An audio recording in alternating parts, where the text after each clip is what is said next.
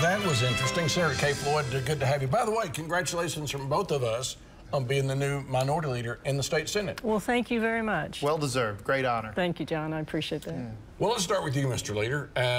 The results. Huge turnout. Why? And what does that say about the future? Well, this turnout was a record turnout, and I have to start by congratulating my dear friend, Senator Kay Floyd. We've been friends for a long time. She's going to be an excellent minority leader in the Senate. We'll do a great job. I look forward to working with her. And the results of this election were, we had more voters in this primary than we had in the gubernatorial election 2 years ago. Shows us two things. Well, number one, the people really wanted to vote on 788. There's no doubt that was a huge part of the turnout. There was a large vote, more votes for 788 than the vote for governor. But then two, I hope the legislature is keeping notice. There's some frustration on all ends, and I think it shows what the people want is leadership. They want people to move the state forward. Yeah, and frustration, and those guys are taking a note of that. For Democrats who really showed up in the primary, what does this mean long term? Well, it's hard to say at this point in time, but we had more Democrats show up than we've had in years and years. When you look at some of the districts, you had twice as many Democrats show up to vote as Republicans. So that's groundbreaking. We're hopeful that it's going to continue, and we're going to see it not only in the runoffs, but in the general election in November. All right, and this was one of the interesting aspects of this is there were so many down ballot races, starting at the top, down ballot races are going to be in runoffs, except the Democrat gubernatorial standard bearer who can sit this out for 2 months and watch the Republicans go at it. What do you think, Senator, when you look at what's going to happen in the runoffs with so many people who are going to be interested in the runoffs, it's just unprecedented. What do you think that means for long-term for your party? Well, I think it's good news for our party. I mean, what we're going to have to look at, though, is there were 41,000 votes they were the only votes cast for marijuana. They didn't vote on any other ballot measure or any of the elections. They ran simply on that. So it's going to be interesting to see in the runoffs, and that's going to be kind of our test case, how the 788 affected the actual voting. If we're going to see that kind of momentum, we're going to see that kind of interaction from the voters, not only in August, but in November. So it's an unusual time, unusual outcome. My question for the leader is, for the Republican Party, what do you think? When you see Democrats coming out so well, and then our last question is going to be about you-know-what here in just a moment. But what do you think that's going to happen good for Republicans the next couple of months? Well, we also had record turnout in Republicans. It's important to note this was just record turnout.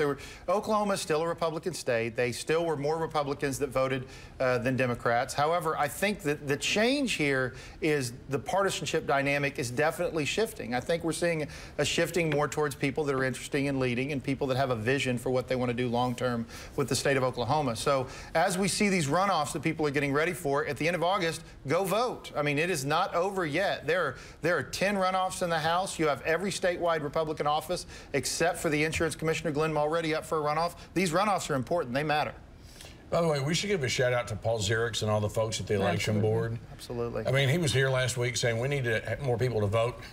There you go. Got that done. All right, you brought up in terms of who was coming out to the polls this week, who was showing up in terms of Democrats, Republicans. The question is, did this state get a little more purple the other day? You know, it's hard to say that at the end of a primary. I mean, what you had were primary election results, so this is the intramural fight. So I don't think we'll see that. I think in the general, I mean, the Republicans are going to maintain control of the House. They're going to maintain control of the Senate. We will have a fight for the governor's office, but we had that during 100 years of Democrat control of the state. We had fights for the governor's office.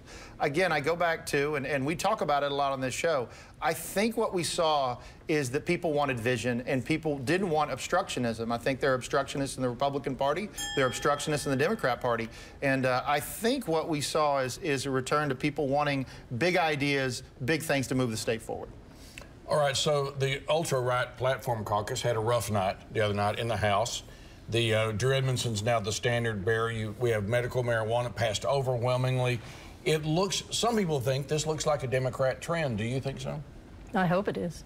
I truly do. I hope it is. I mean, I think we saw a lot of things happen over the last 17 months. We had session, we had 2 special sessions, then we went into regular session. We've been in session pretty much for 17 months now, and I think one of the biggest game changers and one of the biggest shifts took place when we had 2 weeks of teachers and parents and citizens at the Capitol, literally in the building, telling us exactly what they wanted and exactly how they wanted us to do it.